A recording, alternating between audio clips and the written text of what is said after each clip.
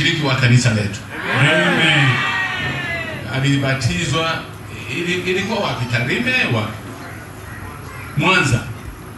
Kwa hiyo huyu ni mshiriki wa kanisa letu na jina lake liko kwenye vitabu vyetu. Ni mshiriki ndaki wa kanisa la Waadventista. Amen. Kwa hiyo hapa amekuja kuabudu kwa kanisa lake la Waadventista wa Sabato. Kwa hiyo nawakaribisha sana, lakini pia ni kiongozi muhimu kwa sababu ni kiongozi wa chama kikubwa, moja ya vyama vikubwa hapa Tanzania, vyama vya siasa. Kwa hiyo tunashukuru sana kwa kuja kuabudu pamoja nasi ingawa ni mshiriki wetu. Mheshimiwa Ete wao. Karibu. Bwana asifiwe. Amen. Sasa mimi huwa ni mzungumzaji mzuri sana kwenye events za kisiasa. Sijui kama ni mzuri sana kwa kuzungumza kanisani. Na kama alivyosema Askofu Marekana, mimi ni Mwadventista msabato kwa kuzaliwa. Sio wala kwamba labda nimeingia hivi karibuni, na nimebahatika kuwa na mama yangu hapa, sio amekaa. Yes, amekuja kusali na sisi. Mama anaishi Tarime, lakini alikuwa India kwa matibabu.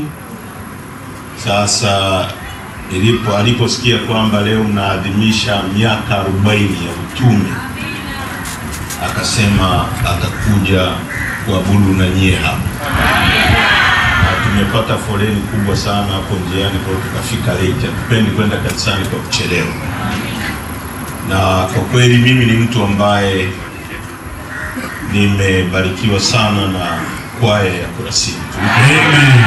Nina miaka 40, kwa hiyo nimefanya kazi, nina miaka 45. Hii kwaya imefanya kazi kwa miaka 40. Yaani miaka 5 tumeizidi. Kwa hiyo ni kwaya ambayo imetubariki sana. Na kwa kweli nimefanya kazi nzuri ya utume. Nimemsikiliza vizuri sana Pastor Marekana alipokuwa anazungumza. Amesema mambo makubwa sana. Tuweke mawe hapa duniani kwa ajili ya watu wengine, ili maisha ya watu wengine yawe bora zaidi. Ametoa mfano wa nzi na mbu. Amezungumza kwamba mbu anaishi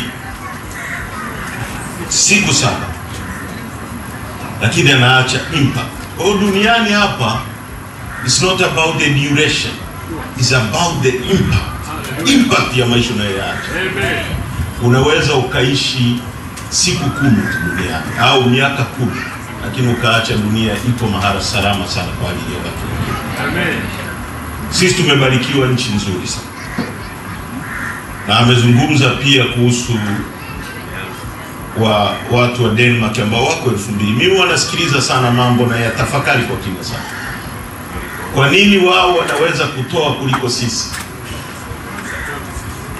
Kwa nini wao watusapoti sisi? Sio kwa sababu wana uchumi mkubwa sana, sio kwa sababu wana nchi nzuri kuliko ya kwetu, ni kwa sababu maisha yao yameadvance. Na sisi struggle tunayofanya duniani hapa ni kufanya maisha ya watu wengine yawe bora zaidi. Tuna nchi nzuri, lazima tuifanye iwe mahali pazuri zaidi.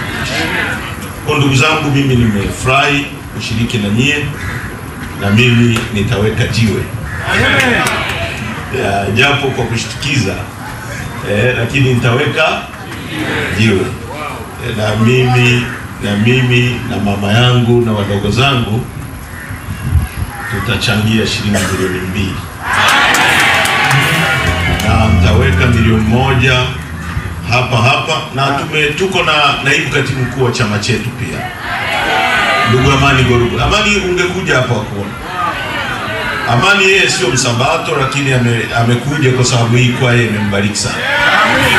Tuko na mkurugenzi wetu wa chama pia wa masuala ya uwekezaji, Leonard Magere. Yeye ni msabato kama sisi. Amen. Na wote wametaka, si kama Amani unataka kusema au mpaka kujiandae uweke tu.